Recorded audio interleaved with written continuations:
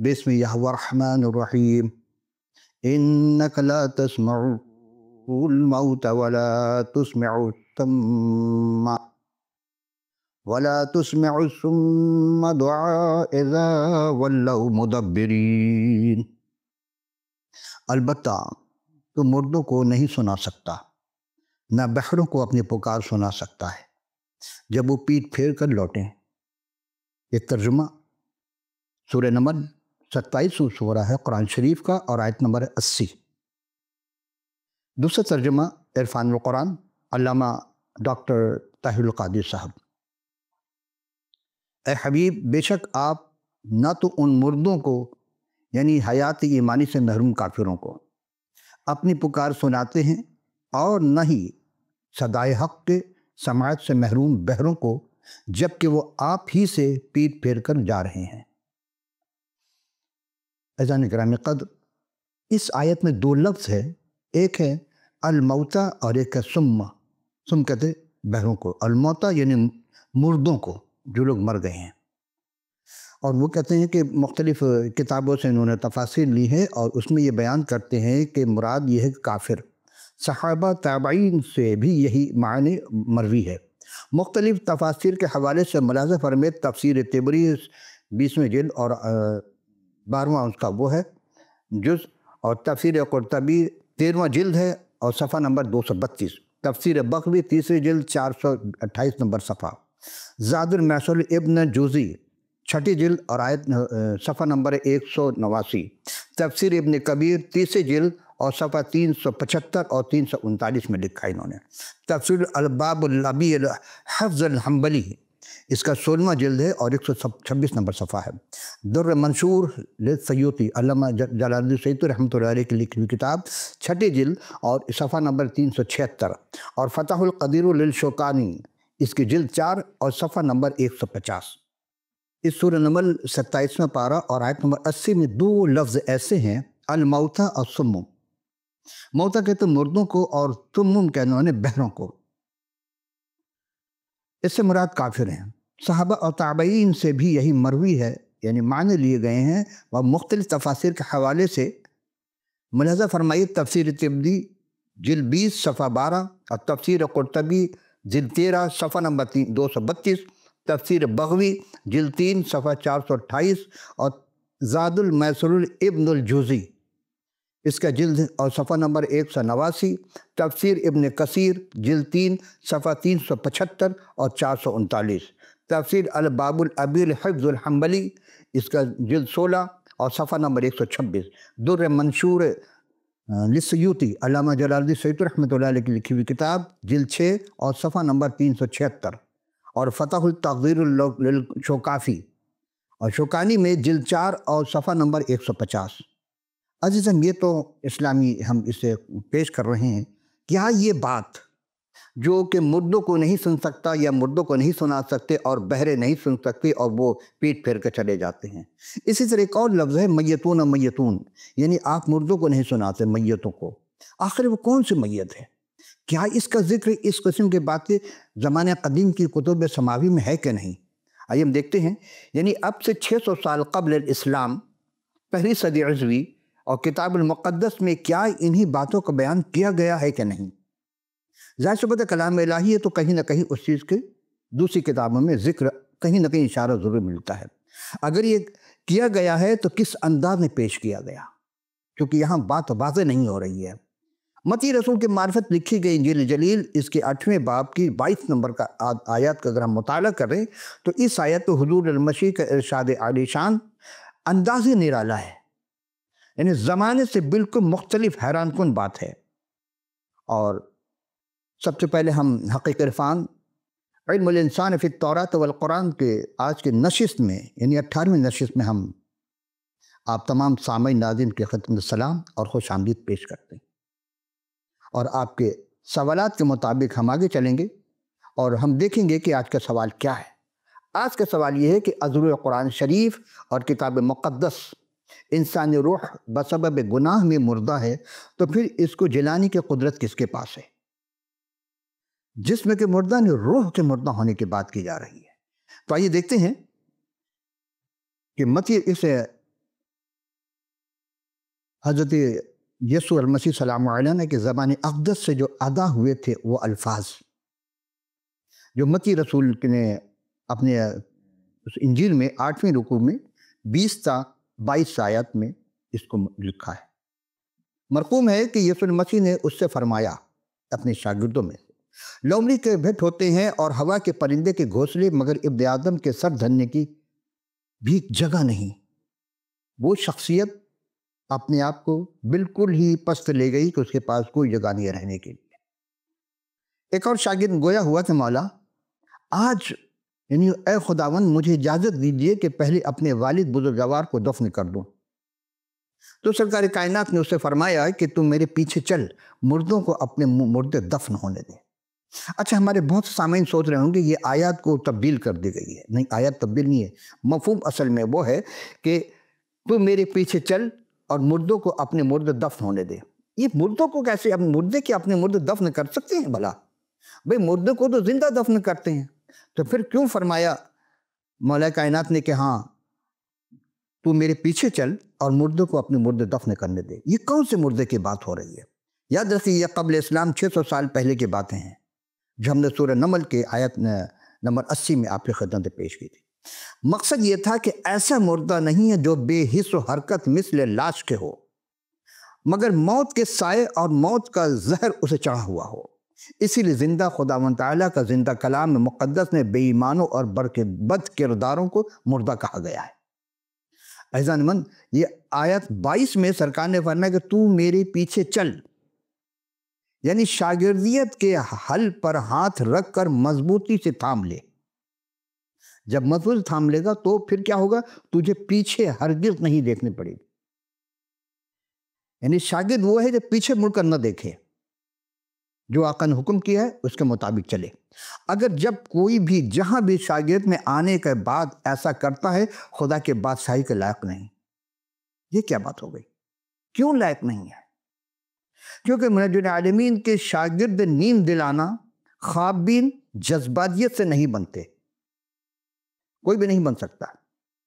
کیوں نہیں بن سکتا؟ اس لیے کہ ایسے شخص اگر خاندانوں اور دوستوں کا خیال رکھنا اور ان کی ذمہ داریاں پوری کرنا حقوق العباد کے اعتبار سے بالکل مناسب ہے، درست ہے، لیکن ان کو بالکل اجازت نہ دی جائے کہ مسیح کی پیروی میں ہمیں روکیں۔ یعنی کہ مسیح کی پیروی میں اگر روکتے ہیں تو نہیں رکنا ہے۔ اور یہ الفاظ بادشاہی کے لائق نہیں، کیا مطلب؟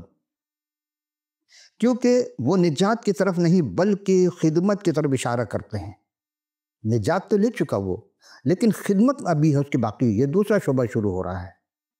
اور اب تک سب سے اہم بات یہاں سوال ہے داخل ہونے کا، یعنی داخل ہونے کا نہیں بلکہ داخل ہونے کے بعد خدمت کا ہے۔ داخل تو ہو گیا، قبول کر لیا اپنا نجات دہندہ شخصی طور پر۔ ہمارے بادشاہی ہونے میں انحصار کا ذات اقدس جو ہماری خطاؤں کے خاطر خود کو قربان کر دیا، تو اب ہماری قربانی یعنی خدمت ان کی ذات اور کام پر اور ان پر ایقان اور ایمان کے وسیلے سے بادشاہی ہماری ہو جاتی ہے۔ تجربے سے یہ بات آتی ہے کہ شاگردیت کی راہ میں بالخصوص خدائے ثالوث کی شاگردیت کی راہ میں 3 بڑی رکاوٹیں پیدا ہوتی ہیں یا چلتی رہتی ہیں۔ 3 رکاوٹیں۔ پہلے مادی آرام و آسائش۔ اگر ہم مادی آرام و آسائش کو ترجیح دیں گے تو وہ خدمت کا وہ کام نہیں کر سکیں گے جو ہمیں دیا گیا ہے۔ دوسری ملازمت یا پیشہ یا کاروبار۔ جو چیز تمہیں یاد الہی سے غافل کر دے وہی تمہارا بت ہے۔ اب کاروبار ہو، جو بھی چیز ہمیں یاد الہی سے غافل کر دے تو پھر ہم اس کے بت پرست میں شامل ہو گئے۔ تیسرے خاندان اور دوست احباب۔ ہمیں اس وقت سورہ آل عمران کی ایک آیت یاد ہے کہ قل ان کنتم تحبون اللہ فاتبعونی، کہ اگر لوگ دعویٰ کرتے ہیں کہ ہمیں اللہ سے محبت ہے تو اللہ سے محبت ہونے کا دعویٰ اتباع ہے۔ اگر اتباع نہیں ہے تو پھر دعویٰ غلط ہو جائے گا۔ کیسے کرے گا اللہ کی اتباع؟ کوئی خدا کے بعد اتباع کیسے کر سکتا ہے جب تک کہ اس کے اتباع بتانے والا نہ ہو؟ تو ضرور ہے کہ اپنے شخص نجات دہندہ دل پر بادشاہی کرے۔ اصل چیز ہے دل، جو کرو دل سے کرو اور خدا کے لیے کرو، نہ کہ انسان کے لیے، اور ان کا کوئی رقیب، کوئی مد مقابل نہ ہو۔ باقی ساری محبتیں وفاداریوں کی ثانوی حیثیت حاصل ہونی چاہیے۔ اب ایک ایسی آیت پیش کرنے کی جسارت کر رہا ہوں کہ واقعی سامعین اگر آپ حیران و شزدر رہ جائیں گے کہ بھلا ایسے کیسے ہو سکتا ہے۔ یہ کسی صحابی، صحابیت یا راوی کی روایت نہیں ہے، بلکہ زندہ خدا کے زندہ کلام کی آیت، صادق القول، اور مرقوم ہے افسوئی کے خط میں دوسرے باب کی پہلی آیت میں، اس نے تمہیں بھی زندہ کیا اور جب اپنے قصوروں اور گناہوں کے سبب سے مردہ تھے۔ آپ کو سورہ تکاثر یاد ہوگا، اس کی پہلی آیت ہے الحاکم التکاثر حتی زرتم المقابر، کثرت نے تمہیں ہلاکت میں ڈال دیا ہے اور تم یہاں تک قبر میں آ گئے۔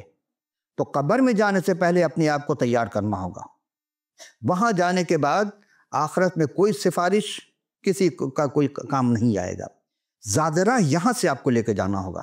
عزیزان محترم، گویا کہ یہاں بالکل ایک نئے باب کا آغاز ہوتا ہے، اور یہ بھی یاد رکھنا چاہیے کہ ہم جس خدائے عظیم کی قدرت کو دیکھا ہے، یعنی اس نے زمینی بن باپ کے بیٹے کو، جو ایک کماری کا پہلوٹا یعنی مریم مقدس سلام اللہ علیہ سے حویدہ ہوئے، پیدا ہوئے، ان کے مختلف معجزات اور واقعات کو دیکھتے سنتے رہے، اسی کے حضور یعنی حضور مسیح کے قبر میں زندہ کیا اور انہیں وہ عزت اور جلال کا تاج پہنایا، اور ہم نے یہ بھی دیکھا کہ اسی قدرت نے کس طرح ہماری زندگیوں میں بھی کام کیا اور ہمیں روحانی موت سے زندہ کر کے مسیح میں ایمانی مقام پر پہنچایا، آسمانی مقام پر پہنچایا۔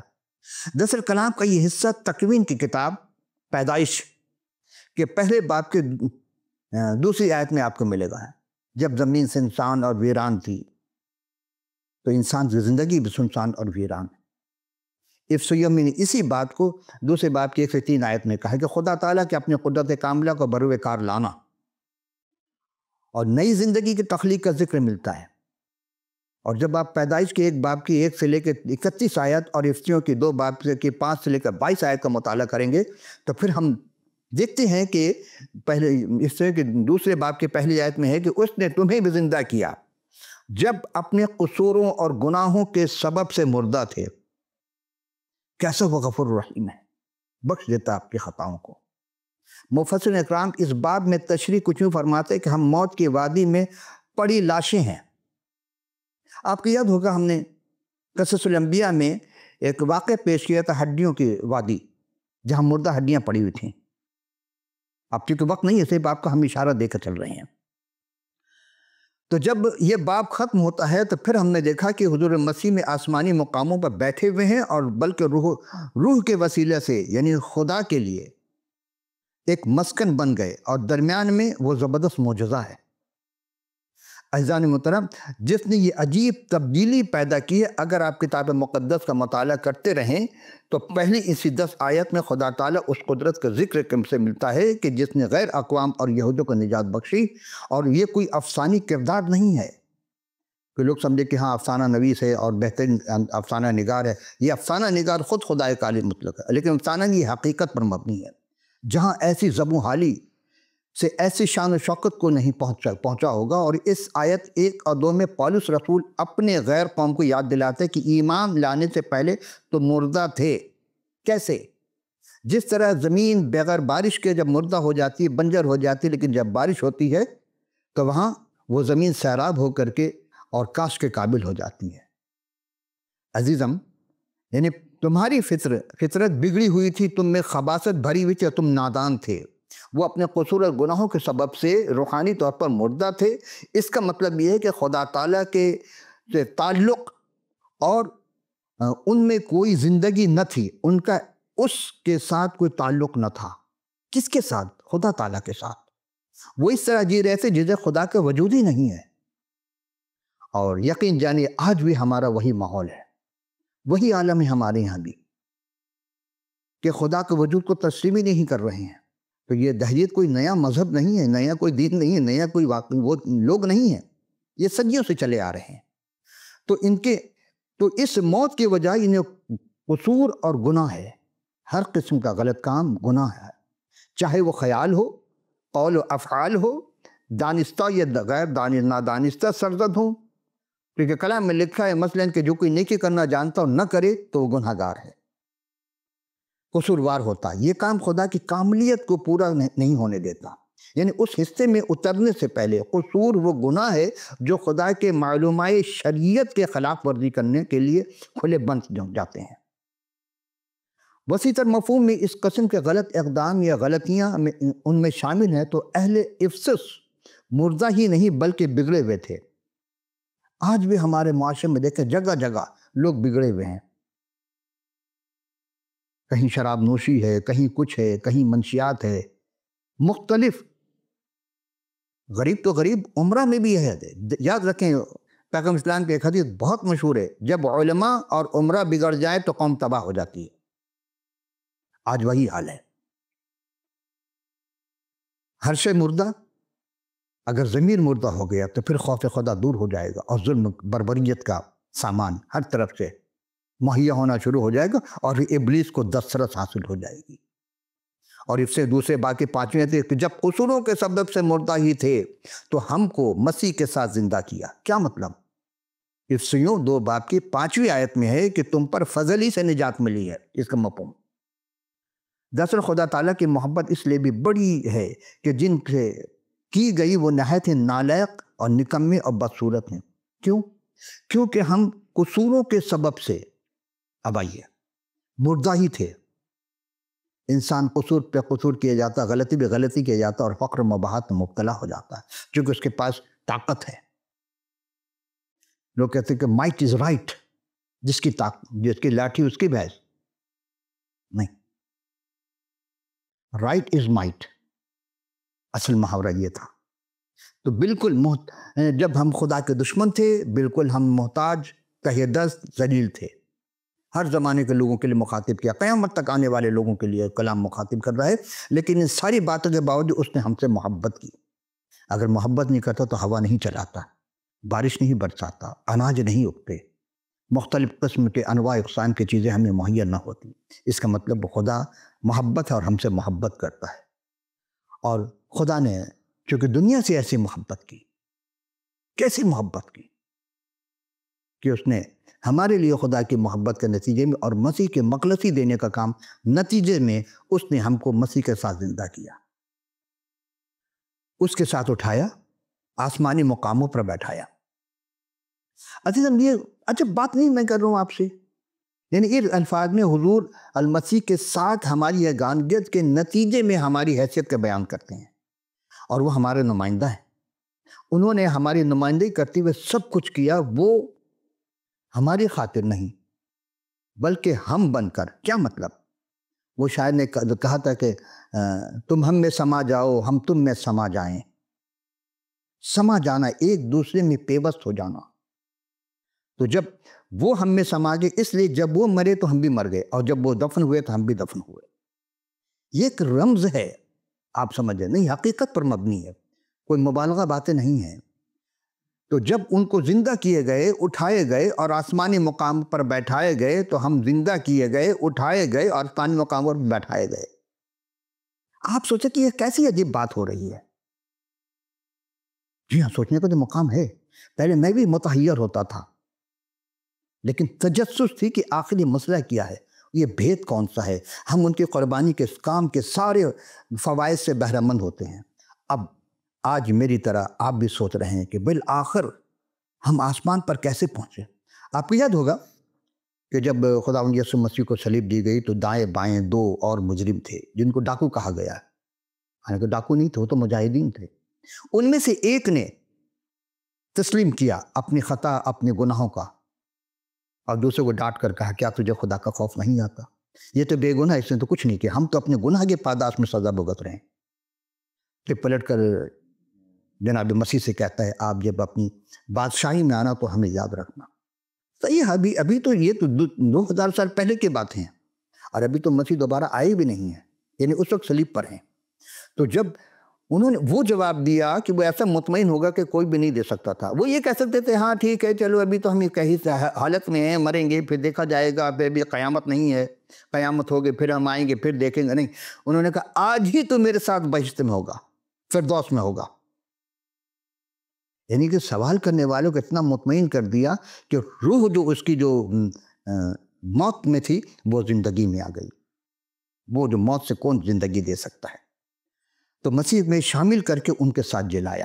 اس کا مطلب ہے کہ ایمان لانے والے یہودی ہو یا غیر یہودی، غیر قوم ہو، ایمان لانے والے غیر قوم زندگی کے نئے پن میں ان کے ساتھ شامل ہو جاتے ہیں۔ جس قدر ان کو جی اٹھنے کی زندگی دی، اس نے ہمیں بھی وہی زندگی عطا کی۔ اس سے 5 باب کی ہم 14ویں آیت کی طرف چلتے ہیں اور دیکھتے ہیں، اس لیے فرماتے ہیں کہ اے سونے والے جاگ اور مردوں کے میں جی اٹھ، یعنی مردوں میں جی اٹھے تو مسیح کا نور تجھے چمکے گا۔ یہ کیا بات ہوگا؟ قرآن میں تو اللہ نور السماوات و ما فی الارض، اللہ زمین و آسمان کو نور ہے، لیکن اس آیت سے پہلے جناب مسیح خود فرما چکے میں دنیا کا نور ہوں۔ تو وہ نور جو نور مجسم ہے، جو کلمت اللہ ہے، روح اللہ ہے، وہ جب یہ کہے کہ جاگ، اس کا مطلب ہمیں جاگنا چاہیے، اس کا مطلب ہم سب سو رہے ہیں۔ ایماندار کی زندگی ہمیشہ ایک وائز ہونی چاہیے، اسے ہمیشہ اپنے ارد گرد تاریکی کو ظاہر کرنا چاہیے۔ کیا مطلب؟ ارد گرد تاریکی کو ظاہر کرنا چاہیے کہ بے ایمانوں کو ہر وقت دعوت دیتے رہنا ہے، جو غیر ایماندار کو دعوت دیتے رہنا ہے، جس کو منادی کا کام کہا گیا ہے، خوشخبری کا کام کہا جاتا ہے۔ اور تم جا کر سب قوموں میں منادی کرو، خوشخبری سناؤ، یعنی ہر وقت دعوت دیتے رہنا ہے۔ اے سونے والے جاگ، اے سونے والے جاگ اور مردوں میں جی اٹھ تو مسیح کا نور تجھ میں چمکے گا۔ دراصل یہ نور کی آواز ہے جو تاریکی میں سونے والے اور روحانی موت میں پڑے ہوئے کو پکار رہا ہے، یا آواز دے رہی ہے۔ نور ان کو زندگی، روشنی سے پکار رہا ہے، اور اگر وہ دعوت و قبول کریں گے تو مسیح کا نور چمکے گا، اور نور انہیں بخشی جائے گی، بخش دی جائے گی، اس کے اندر بھی وہ نور چمکے گا، یعنی دیا سے دیا چلتا چلا جائے گا۔ اور 5ویں باب کے بعد میں جس طرح ایک آدمی کے سبب سے گناہ دنیا میں آیا اور گناہ کے سبب سے موت آئی، اور یہ موت سے آدمیوں میں پھیل گئی، اس لیے سب نے گناہ کیا اور خدا کے جلال سے محروم رہے۔ ایک عجیب آیت آئی ہے سورہ رومیو کا خط، اس کے 8ویں باب کی 6 آیت میں، اور جسمانی نیت موت ہے مگر روحانی نیت زندگی اور اطمینان ہے۔ یہ مردہ روحیں جب تک آدمیوں کے جسم میں ہیں ان کا علاج کیا جا سکتا ہے، اور اگر موت ان میں سے نکل جائے تو ابد تک وہ زندہ رہیں گے۔ غور کیجئے میں کیا کہہ رہا ہوں۔ زندہ انسان کا علاج کیا جا سکتا ہے، جسمانی بھی روحانی بھی۔ جسمانی تو کرتے ہیں، روح نکل جانے کے بعد انجیکشن بھی کوئی کام نہیں کرے گا، کوئی ڈرپ کے قطرہ بھی اندر نہیں جا سکتا، وہ سب وہیں بلاک ہو جاتے ہیں، رک جاتے ہیں، کیونکہ سانس کے چلنے کے ساتھ ساتھ آکسیجن کے ساتھ ساتھ وہ چیزیں صلاحیت کرتی ہیں، ساری چیز منقطع ہو جاتی ہے روح نکلنے کے بعد۔ اب سوائے مٹی میں دفن کرنے کا اور کچھ نہیں رہا، خاک میں مل جاتا ہے۔ تو اگر وہ انسان روحانی بیماری مبتلا ہے، یعنی روحانیت اگر چاہتی ہے، روح کی زندگی چاہیے، تو اس کو ادھر آنا ہوگا، اس کے جسم میں نہیں، روح کا علاج کرانا ہوگا۔ اکثر لوگ پوچھتے ہیں کہ روحانی علاج کے لیے کوئی عالم ہو بتائیں۔ عالم روحانی علاج نہیں کر سکتا، روحانی علاج وہی کرے گا جو روح سے پیدا ہوا ہے، سارے تو جسم سے پیدا ہوئے ہیں، اور کیا اپنے، یعنی کہ موت، ان کا علاج موت اور اس سے نکل جائے اور پھر ابد تک زندہ رہیں گے۔ اگر اس نے یہاں علاج نہیں کیا تو ابد تک مردہ۔ لیکن یاد رکھیے یہ کام صرف اور صرف کلمت اللہ یعنی روح اللہ کے روح سے ہو سکتا ہے، ہوتا تھا، ہوتا ہے اور ہوتا رہے گا۔ یہی بات مسیحی دین کی بڑی فضیلت ہے۔ عزیزم، دنیا میں اور کوئی تدبیر دفع موت کے لیے نہیں ہے مگر صرف مسیح یعنی روح اللہ کے نام، جس سے لاکھوں نے بلکہ کروڑوں آدمیوں کی روحوں کو موت سے نکل گئی اور زندگی آ گئی، بلکہ ابدی زندگی۔ آپ اس بات کو سوچنے پر مجبور ہوں گے کہ کیسے ہو سکتا ہے۔ جی ہاں، میری طرح میں بھی یہ سوچ رہا تھا کہ کیسے ہو سکتا ہے، کیوں نہیں ہو سکتا؟ جب آپ مسیح روح اللہ اور کلمت اللہ کے سچے پیروکار بنتے ہیں یا بن جاتے ہیں، تب گناہ دل سے نکلتا ہے اور موت روح سے نکلتی ہے، یعنی تاریکی، سیاہی، اندھیرا، ڈارکنیس دفع ہو جاتا ہے، اور گناہ کا وبال مسیح کے کفارے سے جاتا رہتا ہے۔ جب فرما بردار ہو کے مسیح کے پیچھے ہو لیتے ہیں، جو کہا نا کہ مردے کو اپنے مردے دفن کرنے دے، تو میرے پیچھے چل، وہی بات کہ مسیح کے پیچھے ہو لیتے ہیں، تب اس نور العلا نور، اس نور مجسم سے تاریکی سے روشنی میں، سیاہی سے چمک میں، اندھیرا سے اجالے میں اور ڈارکنیس سے برائٹنیس میں تبدیل ہوتا چلا جاتا ہے۔ گویا کہ ایمان کے سبب سے مسیح کے نور سے منور ہوتے چلے جاتے ہیں اور روح کی روح یعنی ہماری روح میں زندگی آتی جاتی ہے۔ تب ہم خدا تعالیٰ کی عبادت روح اور راستی سے کرتے ہیں۔ اب سوال یہ پیدا ہوتا ہے کہ کیسے کرتے ہیں؟ روح سے اور راستی سے۔ جی ہاں، یوحنا رسول کے معرفت لکھی گئی انجیل جلیل اس کے 4 باب کی 24ویں آیت میں ہے کہ خدا روح ہے اور ضرور ہے کہ اس کے پرستار روح اور سچائی سے پرستش کریں۔ کیا مطلب؟ خدا روح ہے اور مطلب یہ ہے کہ خدا تعالیٰ کے وجود، خدا تعالیٰ کی ہستی کا بیان وہ انسان نہیں جو بشریت کے سارے غلطیوں کے حدود اور پابند اور ماتحت ہے۔ خدا کسی چیز کا پابند نہیں ہے، وہ جسمانی سے بالکل مبرہ ہے۔ وہ انسان نہیں جو بشریت کی غلطیاں کرے جیسے بشر غلطی کرتے ہیں۔ کسی ایک وقت میں انسان ایک محدود جگہ رہ سکتا ہے اور وہ نادنی ہستی ہے جو نظر نہیں آتی۔ وہ اپنی قوت کاملہ سے ایک ہی وقت میں ہر جگہ حاضر و ناظر ہے۔ تم عمل کرو، تمہارے عمل کو خدا دیکھتا ہے اور وہ علیم و خبیر، سب کچھ جانتا، وہ قادر مطلق اپنی راہوں میں کامل ہے۔ اس لیے ضرور ہے کہ اس کے پرستار روح سچائی سے پرستش کریں۔ اس کے معنی مفہوم یہ ہے کہ ایسی پرستش جس کے بناوٹ ریاکاری شائبہ نہیں ہونی چاہیے، نہ مذہبی دکھاوا ہونا چاہیے۔ عزیزان گرامی قدر، اب دامن وقت میں گنجائش نہ رہے، ہم اس پروگرام کو یعنی اس عنوان کو اگلی نشست میں ہم لے کر آئیں گے جہاں سے ہم اس کو آج منقطع کر رہے ہیں، روک رہے ہیں۔ تو ابھی اسکرین پر آپ کو واٹس ایپ، ای میل، ٹیلی فون نمبر، اسکائپ، جو بھی آپ کو آسانی سے مہیا ہو، آپ ہمیں فیڈ بیک ضرور دیجیے گا۔ اور آپ کے پاس مطالعے کے لیے کتاب مقدس نہیں ہے تو آپ ہمیں پورا پتہ لکھ بھیجیے، ہم آپ کے دیے ہوئے پتے پر فی سبیل اللہ کتاب مقدس ارسال کر دیں گے۔ تو اگلی نشست میں ہم اسی جگہ سے آغاز کریں گے۔ اس وقت اجازت، خدا حافظ و ناصر۔